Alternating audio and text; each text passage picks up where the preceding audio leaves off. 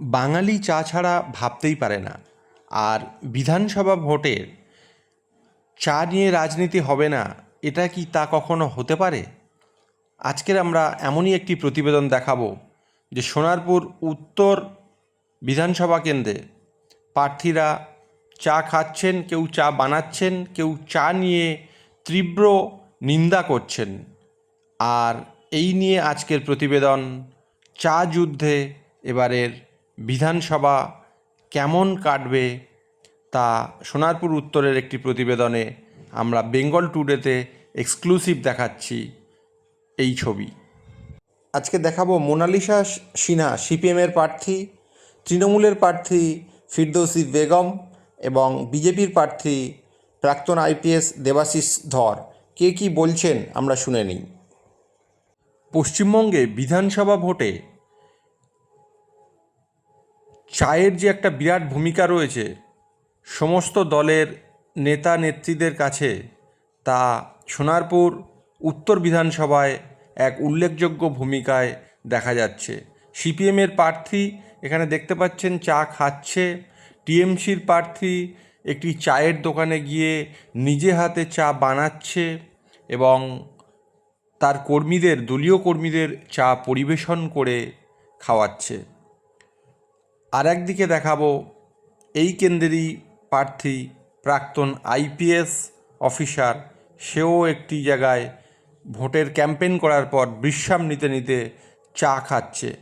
চা খাওয়া প্রসঙ্গে কার কি বক্তব্য? আমরা তো রাজনীতি করতে এসেছি, মানুষের জন্য কাজ। এখন চা বানানোটাকে যদি মানুষের জন্য কাজ মনে করেন তো কাজ। রাস্তাঘাটগুলোর যে অবস্থা, গোটা সোনারপুর উত্তর বিধানসভায় মানুষ অভিযোগ করছেন। তার থেকেও যেটা বড় কথা, আসলে এই চুরি জোচ্চুরি দুর্নীতি যা করেছে কয়েক বছরে, মানুষ এবার ওদেরকে ছুঁড়ে ফেলে দেবে এটা বুঝতে পারছে বলেই এবার হয়তো চা বানানোর প্রয়োজন হয়ে পড়ছে।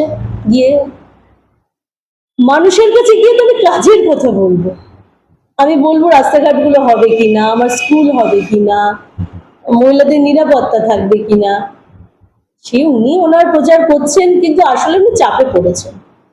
উনি বুঝতে পারছেন যে মানুষ এবার ওদেরকে বেছে নিতে চাইছেন।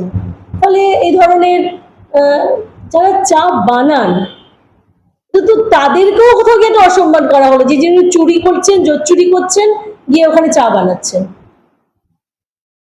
আমার আর এই নিয়ে নতুন কিছু বলার নেই। উনি ওনার প্রচার করছেন, করুন, কিন্তু মানুষ, সোনারপুর উত্তর বিধানসভার মানুষ এবার ওনাকে চাইছেন।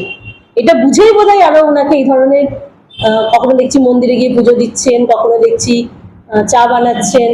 কিন্তু এই কথা আমি বলতে শুনছি না যে রাজ্যে কর্মসংস্থান হবে কিনা, সোনারপুর উত্তর বিধানসভা একটা হসপিটাল হবে কিনা, উনি যা চুরি জোচ্চুরি দুর্নীতি করেছেন সেগুলো আগামী দিনে বন্ধ হবে কিনা, এগুলো কিন্তু বলছেন না কোথাও। তাহলে মানুষ বুঝবেন।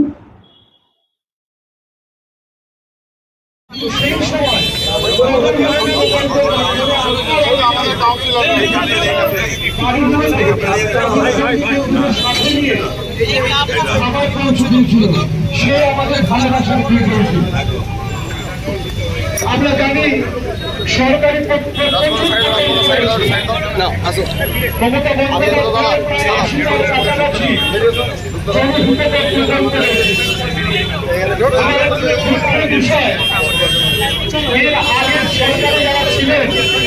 প্রার্থী দোকানে গিয়ে চা নিজে হাতে করেছে এবং পরিবেশন করেছে, এটা নিয়ে কি বলবেন দাদা?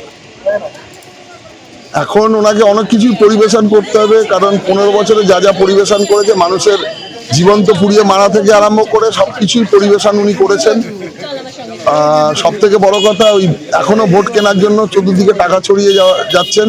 আমার কাছে নির্দিষ্ট তথ্যগত বলতে পারেন যে ইনপুট আছে, কোন কোন জায়গা থেকে কোথা কোথা থেকে টাকা বিলি করা হবে, কিভাবে করা হবে, তার পুরো ব্লু প্রিন্ট বানানো আছে, চা চক্রটা সামনে দেখানো।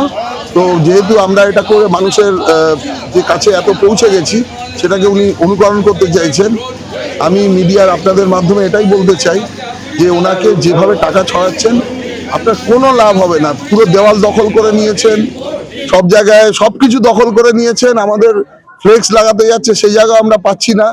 আমাদের কিছু দরকার পড়বে না, আমরা যদি কিছুই না করি, মানুষ তাতেও আমাদের ভোট দেবে। আর আপনাকে যে টাকা খরচা করতে হবে, আপনি সেই টাকাটা বাঁচিয়ে রাখুন, কারণ হারার পরে আপনার অনেক টাকার দরকার পড়বে, হয় বিদেশে গিয়ে পালিয়ে যেতে হলে, নাহলে আপনাকে বাকি যে আইনগত জটিলতা আপনার সারা জীবনের জন্য আসবে। আর জনগণ আপনি যা যা লুট করেছেন, সুদে আসলে তার বদলা নেবে, সুদে আসলে তা ছিনিয়ে নেবে।